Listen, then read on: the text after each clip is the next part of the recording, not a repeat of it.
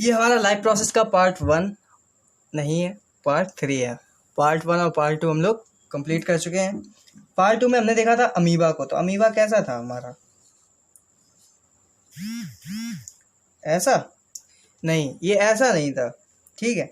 मतलब इसकी ना तो आँख होती है और ना ही मुंह होता है। मतलब कि अमीबा एक कोश की जीव है। एक कोश का मतलब बिल्कुल जरा सा, समझ रहे हो? बस ऐसा ही होता है। और ये उसका बीच में क्या होता है? केंद्रक, जिसको बोलते हैं न्यूक्लियस, ठीक है। इसके जो बाहर होता है, ये वाला हमने बताया था, तो इसको क्या बोलते हैं? Cell membrane. सेल मेम्ब्रेन जो पूरा अंदर ये पूरा पार्ट है जिससे बना होता है, इसको बोलते हैं साइटोप्लाज्म, ठीक है। और ये होता है स्यूडोपोडिया। स्यूडोपोड या पोडिया दोनों बोल सकते हैं, ठीक है। तो ये जो बाहर वाला होता है इसको बोलते हैं स्यूडोपोडिया। जरा रुकना, मुझे अपना डाटा बंद कर लेना है, ठीक है। तो देखो स्यूडोपोडिया, अच्छा, तो इसके बारे में बात कर रहे थे कि अमीबा खाना कैसे खाता है। तो अमीबा के अंदर और इंसान के अंदर, अमीबा के अंदर भी 5 चीज़ें होती हैं और इंसान के अंदर भी वही 5 चरण में खाना खाया जाता है। कैसे क्या होता है, वही 5 चरण आज हम लोग देखेंगे कि स्टेप क्या होते हैं खाना खाने के। उस दिन तो ये बता दिया था कि कैसे इसके पास खाना आता है।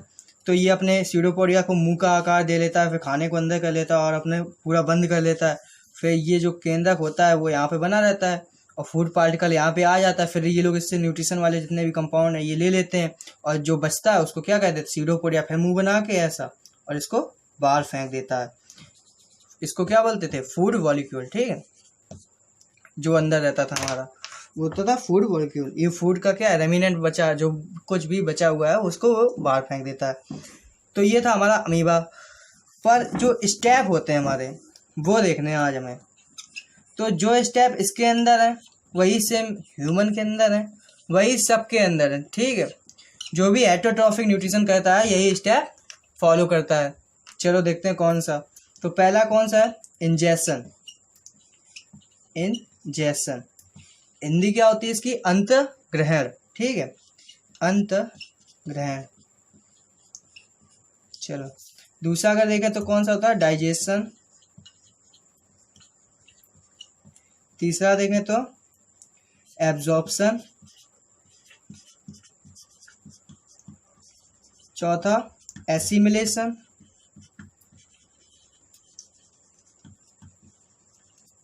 पांचवा एजेशन। तो एक एक करके इन स्टेपों को देख लेते हैं। कभी कभार पेपर में पूछ देता है कि ह्यूमन के अंदर जो खाने को मतलब वो लेता है तो उसके स्टेप क्या होते हैं, कैसे वो पोषण अपना करता है। तो यही 5 स्टेप होते हैं। चाहे अगर आप हिंदी मीडियम में हो तो इनकी बस हिंदी आपको लिखनी है। डाइजेशन की पाचन होती है, एब्जॉर्प्शन की होती है अवशोषण, एसिमिलेशन की मतलब होता है स्वांगीकरण या अपने आप में मिलाना, खाने को जो भी कुछ हम लोगों ने उससे लिया है, ग्लूकोज जितना भी एनर्जी लिए वो अपने आप में मिलाना। और एजेशन मतलब जो बचा हुआ फूड है उसे बाहर निकालना। तो इसको देख लेते हैं एक बार। तो इंजेक्शन कैसे होता है, बात करें अगर इंजेक्शन की, तो इंजेक्शन में देखो क्या होता है कि हमारा मनुष्य है जो, ठीक है, वो क्या करता है? हाथ से पहले भोजन कर लेता है, कौरा तुमने तोड़ा और उसके बाद क्या किया? सीधे मुंह में ले गए। तो यही होता है इंजेक्शन का काम कि मुंह में खाने को रख लिया, मतलब तुमने खाने को अंत ग्रहण कर लिया। अगर बात करें अमीबा में, अमीबा में भी ये जो जब उसके स्यूडोपोडिया कुछ ऐसे फैल जाते थे तो ये जो खाना इधर तक पहुंचता था, तो ये जब इसको अंदर ले लेगा, ठीक है, तो ये क्या होगा? अंत ग्रहण, इंजेक्शन की क्रिया होगी, ठीक है। अच्छा, इसके बाद जब अगर हमने खाना खा लिया तो उसके बाद क्या होगा? वो धीरे से हमने मुंह में ही पाचन हमारा शुरू हो जाएगा, मतलब डाइजेस्ट हम मुंह से ही करना शुरू कर देते हैं। हमारे मुंह में क्या होता है? दांत हैं, जीभ है, ठीक है, बहुत सारी लाल ग्रंथियां हैं, ठीक है, उनसे एंजाइम निकल रहे हैं। तो धीरे धीरे मुंह में पाचन हो गया काफ़ी कुछ। फिर उसके बाद कहाँ गया? वो हमारे स्टमक में गया, ठीक है, अमाशय में गया। उसके बाद फिर वो स्मॉल इंटेस्टाइन और उसके बाद लार्ज इंटेस्टाइन। धीरे धीरे मतलब हमने उसको पूरा पचा लेते हैं। जब हम लोग उसको डाइजेस्ट कर लेते हैं फिर उसको एब्जॉर्ब किया जाता है। मतलब दूसरी बात अगर हम देखें तो क्या थी? डाइजेस्ट की, ठीक है। कि हम लोगों ने उसको डाइजेस्ट किया। जब डाइजेस्ट कर लेते हैं तो उसका अवशोषण होता है, एब्जॉर्ब किया जाता है। ये काम होता है किसके द्वारा? इंटेस्टाइन के द्वारा ये काम किया जाता है, एब्जॉर्प्शन का। फिर चौथा काम होता है हमारा एसिमिलेशन का। नीचे पहुंच गए थे, चलो ऊपर आते हैं, ठीक है। तो सब रफ कर दें पहले। तो देखो चौथा काम कौन सा था हमारा? एसिमिलेशन का, ठीक है। और पांचवा हमारा कौन सा था? वो था हमारा एजेशन का, ठीक है, एजेशन, ठीक है। तो एसिमिलेशन हो गया और एजेशन, मतलब कि खाने को फिर हम जो भी हमारा ग्लूकोज बचा हुआ है, मतलब जो ग्लूकोज हमें मिला है खाने के जरिए, उसको क्या करेंगे? अपने पूरे शरीर में मिलाएंगे। एसिमिलेशन से होता क्या है कि अगर देखो तुम्हें ग्रोथ करनी है तो तुम्हें ग्लूकोज चाहिए, तुम्हें एनर्जी चाहिए, तो ये काम सब एसिमिलेशन के द्वारा होता है कि जितना भी हम लोगों को एनर्जी मिल रही है, ग्लूकोज मिल रहा है, वो क्या अपने शरीर में मिलाएंगे, ठीक है। एजेशन में क्या होगा? जो भी बचा हुआ होगा उसको बाहर फेंक देंगे, ठीक है। तो इतना काम जो है हमारा पूरा होता है। तो चलो देखते हैं कि अगर अब हम लोग सीधे आएंगे किस पर। अब हम लोगों ने देखो ये 5 स्टेप पढ़ लिए, ठीक है। अब देखो सबसे बड़ी बात अपने आप में ये है कि आपको समझ में आना चाहिए।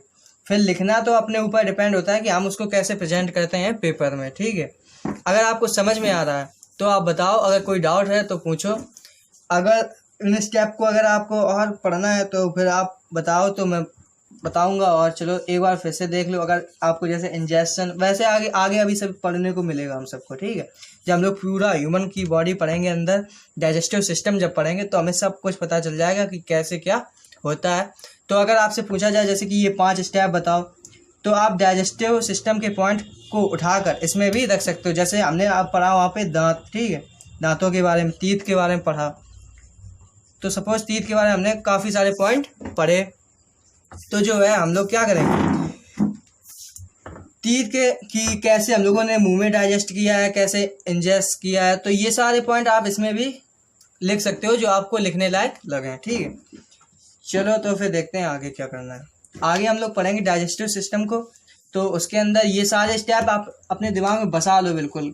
इंजेशन, डाइजेस्ट, एब्जॉर्प्शन, एसिमिलेशन और इजेशन, यही काम होंगे पूरे। इन्हीं पे अपना पूरा डाइजेस्टिव सिस्टम चलेगा, ठीक है। डाइजेस्टिव सिस्टम का मतलब पाचन तंत्र हिंदी में, ठीक है। तो इन्हीं पे अपना पूरा डाइजेस्टिव सिस्टम चलेगा, ठीक है। तो चलो स्टार्ट करते हैं, देखते हैं। तो ये मैं सोच रहा हूँ स्लाइड के द्वारा पहले आपको बता दूं कि स्लाइड से आपको समझ में आ जाए कि कौन कौन चीज़ें क्या होती हैं, क्योंकि फिगर का होना बहुत ज़रूरी है। तो चलो फिगर की तरफ चलते हैं। तो मैं स्लाइड दिखाता हूँ आप सभी को, ठीक है। तो चलो देखते हैं स्लाइड, ठीक है।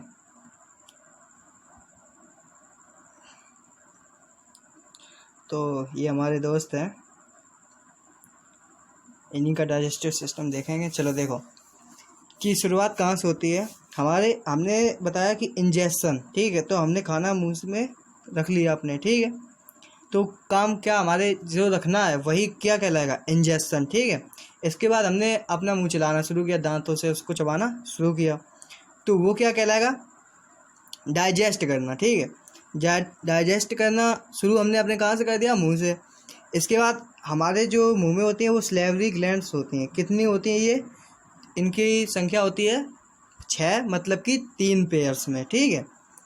तो इससे क्या है, एमाइलेज नाम का एंजाइम निकलता है और हमें हेल्प मिलती है किससे, कि जो हमारा खाना है वो कैसा हो जाए, थोड़ा सा मतलब कि लिक्विड फॉर्म में आ जाए, जिससे कि हम अंदर वो आसानी से चला जाए, ठीक है। इसके साथ साथ इसमें अदर टंग भी होती है हमारी, ठीक है।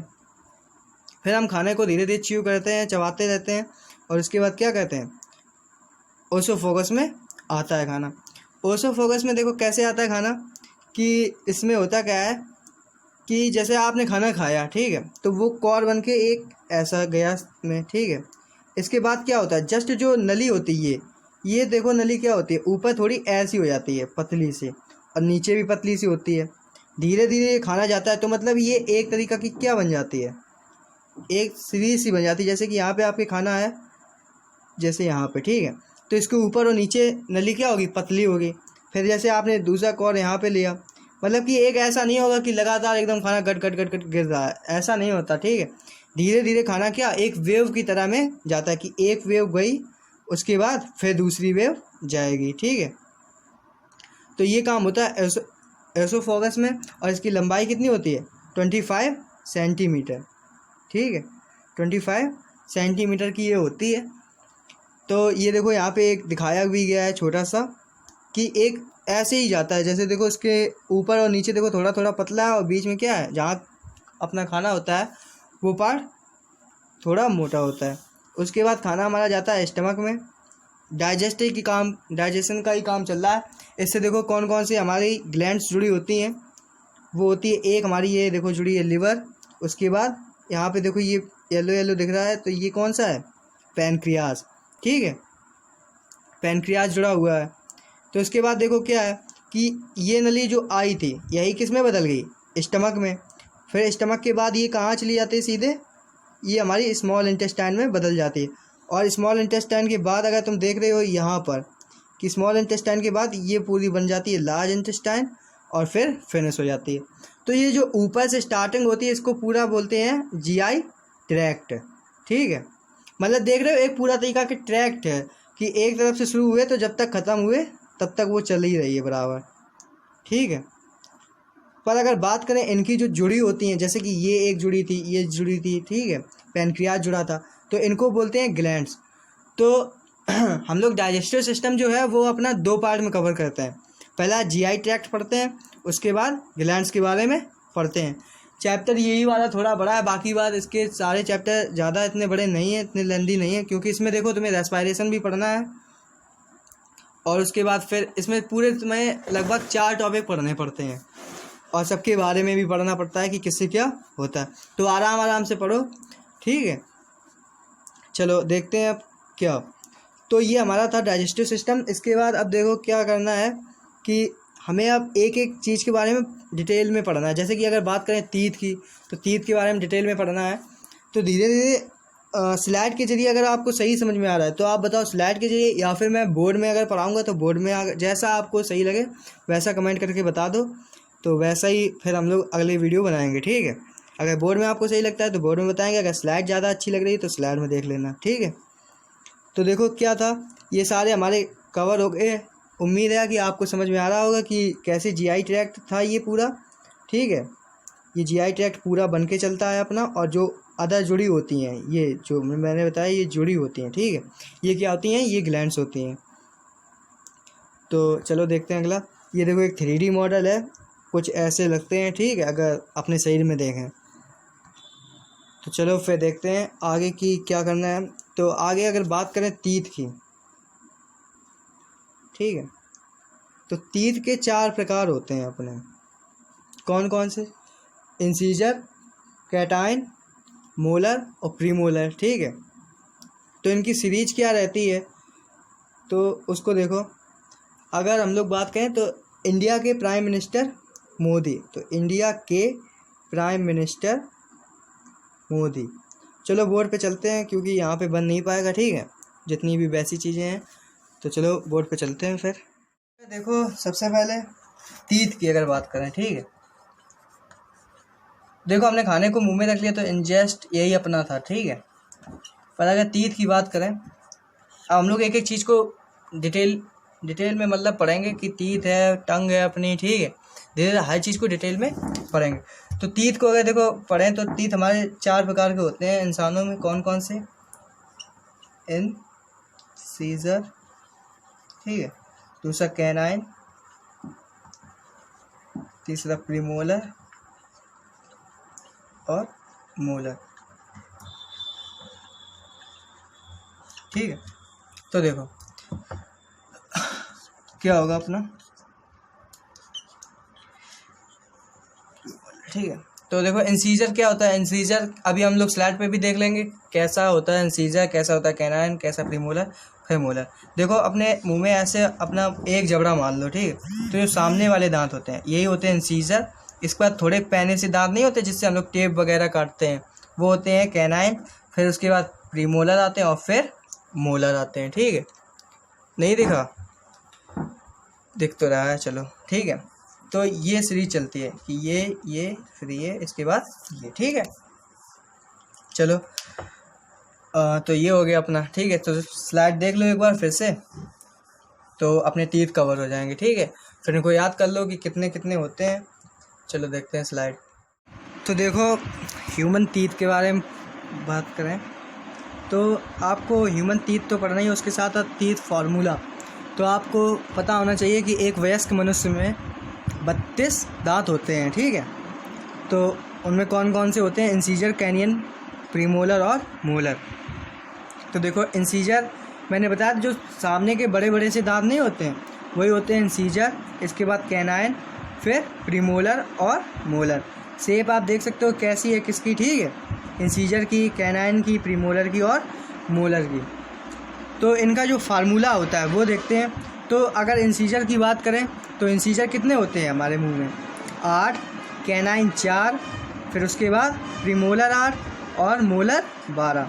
तो आप सीधे सीधे याद रखो 8 4 8 12, 8 4 8 12, ठीक है, 8 4 8 12, इसको अपने दिमाग में बरसा लो।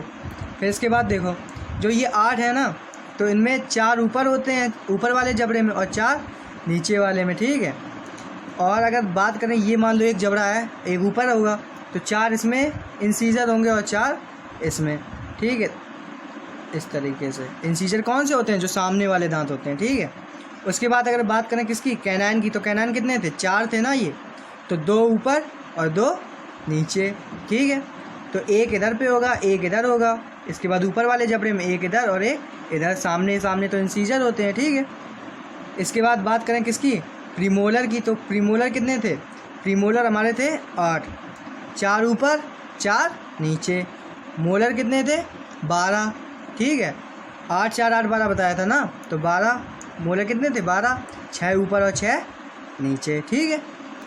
तो यही दंतसूत्र होता है कि इसको लिखते कैसे हैं कि सबसे पहले आई बनाते हैं, ठीक है, 4/4, मतलब 4 ऊपर और 4 नीचे।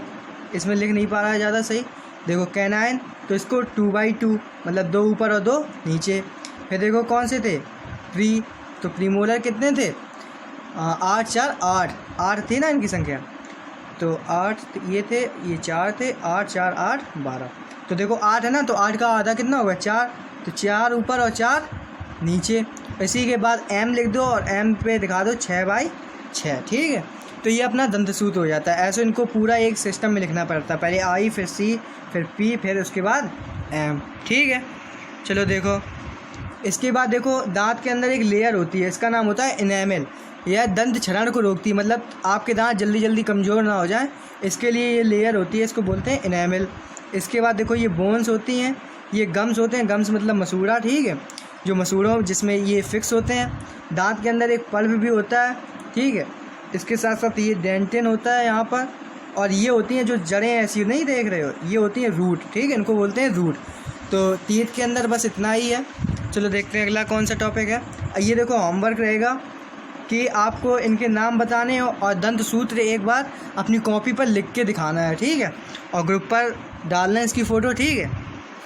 सारा बताना कि कैसा, कौन सा, कितने होते हैं और इनमें से कौन कौन सा। इसको 1 नंबर बताना, इसको 2 नंबर, ये 3 नंबर होगा और ये 4 नंबर, ठीक है। चलो देखो अब बात करें टंग की। तो टंग में अपने 4 प्रकार के टेस्ट होते हैं।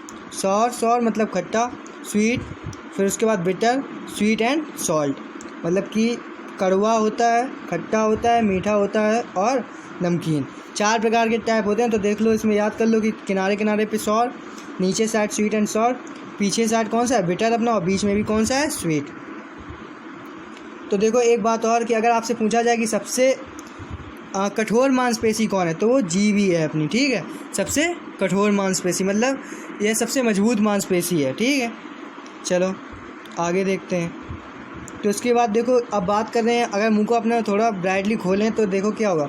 ये जो ऊपर ऊपर का अपना तला टाइप का नहीं होता, इसको बोलते हैं हार्ड प्लेट। इसके बाद जो नीचे होता है जिसमें अपनी वो एक छोटी सी, आपने देखा उसका हिंदी में बोलते हैं उसको चिरैया टाइप में, या कुछ लोग उसको काग बोलते हैं, उसको बोलते हैं इंग्लिश में यूवियोला, ठीक है, यूवियोला। और इसके बाद जो इधर वाली ये सारी चीज़ें होती हैं अपनी, ये होती हैं सॉफ्ट प्लेट, ठीक है। तो देखो यूवियोला का कभी कभार काम पूछ दिया जाता है। तो यूवियोला क्या होता है, जैसे आपने खाना खाया तो वो सीधे एकदम अंदर ना चला जाए। इसका काम क्या होता है कि खाना एकदम जैसे ये ऐसी लटक रही हो, अगर आपने खाना खाया तो ये साइड से ऐसी हो जाएगी, ठीक है, खाना आपका अंदर चला जाएगा। और ये क्या होगा कि जो नली होती है वो साथ साथ किसके, सांस वाली नली के, मतलब आपकी नाक से भी जुड़ी होती है। तो जब आप जिस टाइम खाना खाते हो ना, ठीक है, जिस टाइम आपने खाना खाया, जैसे ये खाना का कौर गया तो ये क्या कर लेगा, उस वाली नली को बंद कर लेगा, ये पीछे खिसक जाएगा, ये वाले जो पार्ट है ये अंदर की साइड चला जाएगा और उस वाली नली को बंद कर लेगा, ऊपर वाली नली को, ठीक है, और खाना आपका अंदर चले जाएगा। इससे मतलब बंद करने से क्या होगा कि अगर खाना का कोई कौर वगैरह है वो आपने उस टाइम या फिर सांस वगैरह ली तो क्या हो सकता है कि ये जो इसके खाने के पार्टिकल है वो आपके नाक में चले जाएं, जिससे आपने कभी कभार देखा होगा कि आपको कभी कभार जो है पानी पीते पीते एकदम ऐसा होता है कि नाक से पानी निकलने लगता है, एकदम ठसा टाइप का लग जाता है। तो ऐसा क्यों होता है, क्योंकि उस टाइम पे ये सही से वर्क नहीं कर पाते, ठीक है। तो इसका काम यही होता है कि नाक वाली नली जो होती है अपनी उसको और खाने वाली नली को अलग अलग सेपरेट कर देती है खाने के टाइम केवल, ठीक है। इसके साथ साथ इसका काम स्पीकिंग में भी होता है, मतलब अगर हम लोग कोई कुछ शब्द होते हैं उसको बोलने में यूवियोला का यूज होता है। देखो ये सेब खा रहा है तो ये कौन सी क्रिया है, ये इंजेस्ट है, ठीक है, इसको केवल खा रहा है, अभी इंजेस्ट कर रहा है। पर जैसे ही इसको खाना शुरू कर दिया स्कॉर को तो मुंह में डाइजेस्ट होने का काम शुरू हो गया, ठीक है। अब देखो ये अपनी टंग वाली मांसपेशी है, टंग के बारे में बता चुके, सबसे कठोर मांसपेशी होती है इसमें। अच्छा एक चीज़ और देखो,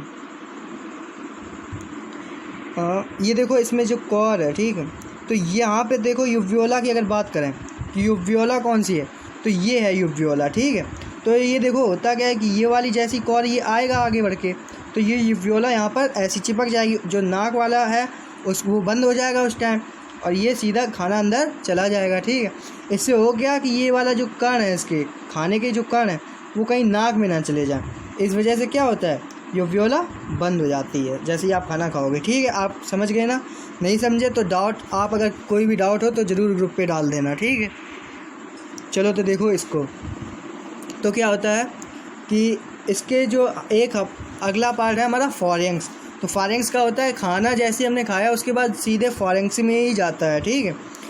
तो फॉरेंक्स के 3 टाइप भी होते हैं, नासोफॉरेंक्स, ओरोफॉरेंक्स और लारिंगोफॉरेंक्स। जो देखो इतनी बड़ी पूरी फॉरेंक्स ही है ये अपनी, ठीक है। तो जो नाक के पास वाली होती है उसे नासोफॉरेंक्स बोल देते हैं, अपने मुंह के ओरल कैविटी के पास होती है तो उसे ओरोफॉरेंक्स, और जो नीचे होती है उसको लारिंगोफॉरेंक्स, ठीक है। तो फॉरेंक्स आज तक हम लोग पहुँचे हैं फॉरेंक्स तक। अब वीडियो ज़्यादा लेंदी हो जाएगी, फिर कोई फ़ायदा नहीं है, तो अगले पार्ट में पढ़ेंगे, ठीक है, जो कुछ बचा हुआ है। तो अभी तक के लिए धन्यवाद बहुत बहुत।